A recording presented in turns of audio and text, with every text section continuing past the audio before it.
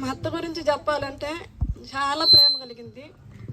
అదేవిధంగా కోపం కూడా ఎక్కువ అనమాట. చిన్నప్పుడు ఎక్కువగా నేను మా అత్త దగ్గరే ఉండేదాన్ని. చదువుకునేటప్పుడు చాలా ప్రేమగా చూసేది. ఏదన్నా తప్పు చేసినా కొట్టేది. మా మామ అరుస్తూ ఉండేవాడు, ఎందుకు ఆ పిల్లని అట్ట అంటావు అని.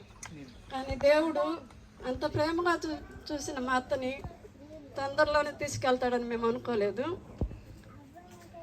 ఒక వారానికి మా అత్త చనిపోద్దని అనుకున్నప్పుడు నేను కావలి నుంచి ఇక్కడికి వచ్చాను. మామూలుగా అయితే మా అత్త కొంచెం దూరంగానే, మనుషులకి కొంచెం దూరంగా కూర్చుంటుంది.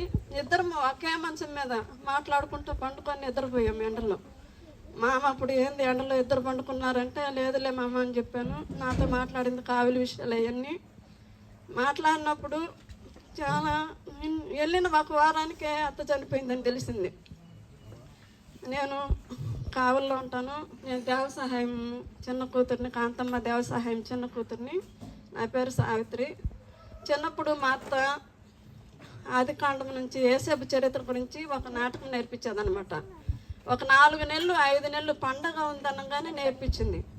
ఈరోజు నేను అంత పెద్ద సంఘంలో ఏ స్కిట్ వేసినా నన్నే తీసుకుంటారు. ప్రతి దాంట్లో సంఘంలో నన్ను పాల్గొంటున్నారంటే అది మా అత్త వల్లే అని నేను గర్వంగా చెప్పుకుంటున్నాను. కానీ దేవుడు తొందరగా అత్తను తీసుకెళ్ళినందుకు చాలా బాధగా ఉంది. దేవుని సన్నిధిలో ఉందని నేను నమ్ముతున్నాను. అదేవిధంగా జెస్సీ గురించి మాట్లాడాలంటే, జెస్సమ్మ నా ఫ్రెండు. జెస్సమ్మ, రత్న, నేను, బుజ్జి, మేము ముగ్గురము ఫ్రెండ్స్ అనమాట. ఒకే దగ్గర చదువుకునే వాళ్ళము, ఒకే విధంగా ఉండేవాళ్ళము. ముగ్గురికి శారదా అనే అమ్మాయి అక్కడ కడపలో పౌర్మావులలో వేరే స్కూల్లోనే జాబ్ చేసేది. రత్నాకి, నాకు, జెస్సమ్మకి ముగ్గురికి అంగన్వాడీ పోస్ట్ వచ్చింది. నేను వచ్చినప్పుడల్లా జెస్సమ్మ డ్యూటీ చేసే దగ్గరికి దేవమ్మ చెరువు వెళ్ళి అక్కడ ఉండేవాళ్ళము. కానీ చాలా బాధపడేది అనారోగ్యంలో ఉన్నప్పుడు. చాలా ఇప్పటికి కూడా బాధ వేస్తుంది అనమాట.